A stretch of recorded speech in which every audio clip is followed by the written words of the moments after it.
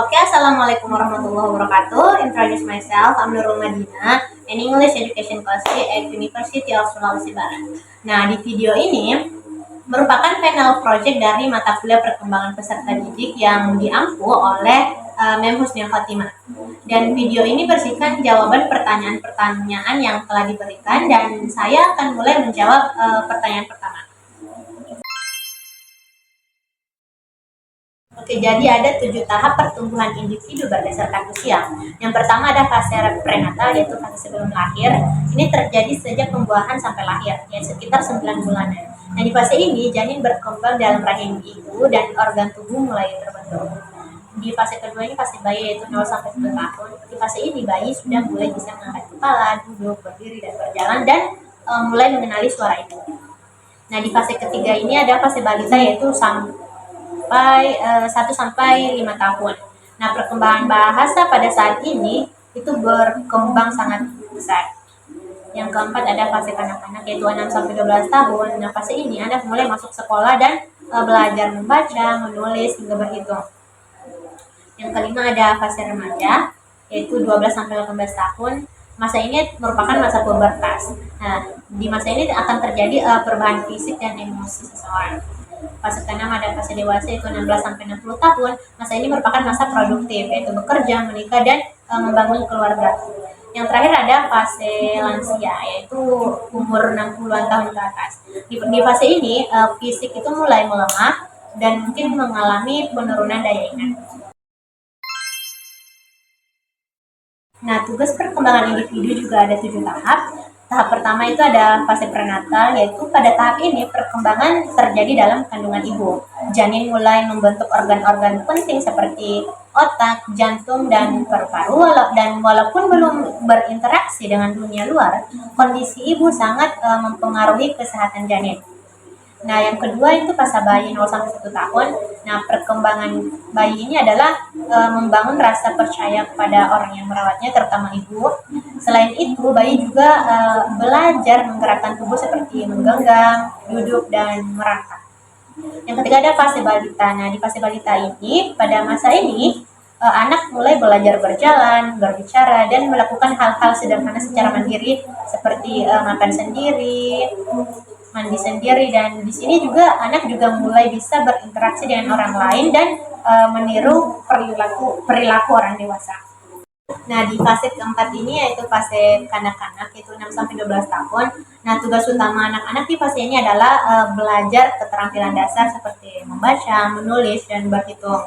Dan di sini anak juga belajar bagaimana bekerja sama dengan teman, mulai mengikuti aturan, dan mulai bertanggung jawab terhadap tugas-tugas sekolah maupun di rumah. Nah, yang kelima ada fase remaja, yaitu 12 sampai 18 tahun. Nah, masa remaja adalah masa pencarian jati diri. Nah, di sini tuh remaja mulai bertanya, siapa saya, apa tujuan hidup saya, dan mereka mulai membuat keputusan sendiri, yaitu mengembangkan nilai hidup dan membangun hubungan sosial yang serius seperti persahabatan. Oke, nah di fase ke-6 ini ada fase dewasa, yaitu 18 sampai 60 tahun. Nah, di masa dewasa, tugas perkembangan seseorang adalah membangun kehidupan yang stabil dalam pekerjaan maupun keluarga. Dan orang dewasa biasanya fokus untuk membina hubungan dengan pasangan, membesarkan anak, dan aktif berkontribusi di masyarakat maupun di dunia kerja. Yang terakhir ada fase lansia, yaitu 60 tahunan ke atas. Nah, pada tahap ini seseorang mulai menyesuaikan diri dengan masa pensiun dan perubahan fisik. Nah, lansia juga mulai mengenang kehidupan masa lalu dan mengevaluasi pencapaiannya. Dan juga mereka ini bisa menjadi sumber inspirasi dan pembelajaran bagi generasi muda. Nah, berikut ada teori perkembangan menurut para ahli. Yang pertama yaitu teori perkembangan kognitif dari Jane Piaget. Jane Piaget ini menjelaskan bahwa perkembangan anak terjadi melalui tahapan berpikir dari sederhana sampai yang kompleks. Dan menurut Piaget, anak-anak bukan hanya versi kecil dari orang dewasa, tapi mereka ini punya cara berpikir sendiri yang terus berkembang seiring bertambahnya usia dan pengalaman. Yang kedua yaitu teori psikososial dari Erik Erikson. Menurut Erik Erikson, setiap manusia akan mengalami tahapan perkembangan emosional, dan di setiap tahap itu ada konflik atau tantangan yang harus diselesaikan. Dan hasil dari konflik inilah yang akan sangat mempengaruhi kepribadian seseorang di masa depan. Contohnya, pada masa remaja, seseorang mulai bertanya, siapa saya dan mau jadi apa saya di masa depan? Dan jika remaja bisa mengenali dirinya dengan baik, maka dia akan menjadi pribadi yang kuat dan percaya diri. Tapi kalau gagal, bisa memunculkan kebingungan dan rasa tidak percaya diri serta mudah terpengaruh oleh orang lain. Jadi ada 7 multiple intelligence. Yang pertama itu kecerdasan linguistik. Nah, orang-orang ini biasanya pandai menggunakan kata-kata baik dalam berbicara maupun menulis. Dan biasanya mereka ini cocok untuk jadi penulis, pembicara maupun jurnalis. Yang kedua adalah kecerdasan logis matematis. Nah, orang-orang ini biasanya pandai berhitung, menganalisis, dan berpikir dengan logis. Mereka ini biasanya cocok jadi ilmuwan, programmer, ataupun ahli matematika. Yang ketiga, kecerdasan musikal. Biasanya orang-orang ini biasanya peka terhadap irama, nada maupun suara. Dan mereka ini biasanya berbakat dalam menyanyi maupun bermain alat musik. Yang keempat itu kecerdasan kinestetik, yaitu pandai menggerakkan tubuh. Biasanya orang ini senang dalam berolahraga ataupun menari. Mereka ini biasanya cocok untuk menjadi atlet maupun penari. Yang kelima itu adalah kecerdasan visual spasial. Misalnya mereka ini bisa menggambarkan apa yang mereka pikirkan.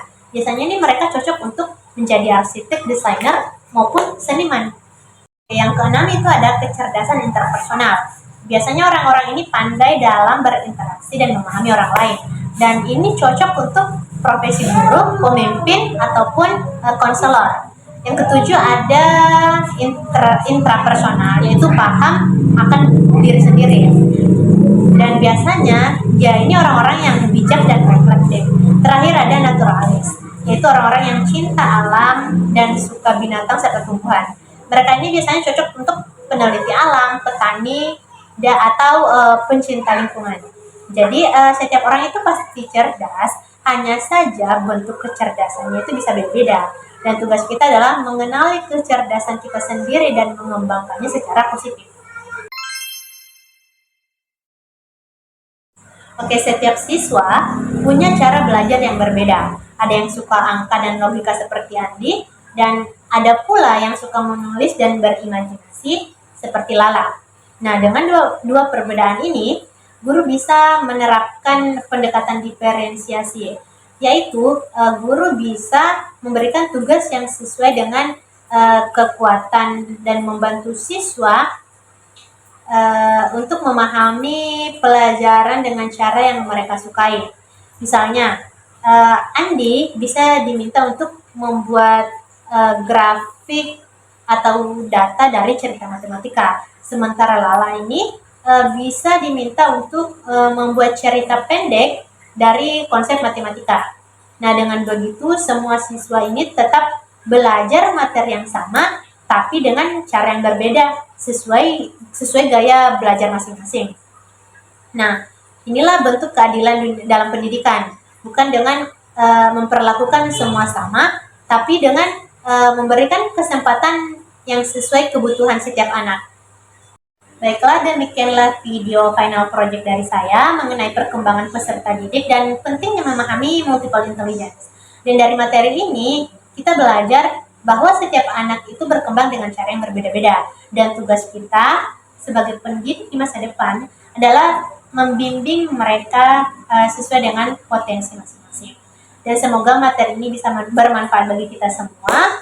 I think that's enough from me. Thanks for watching, guys, and wassalamualaikum warahmatullahi wabarakatuh.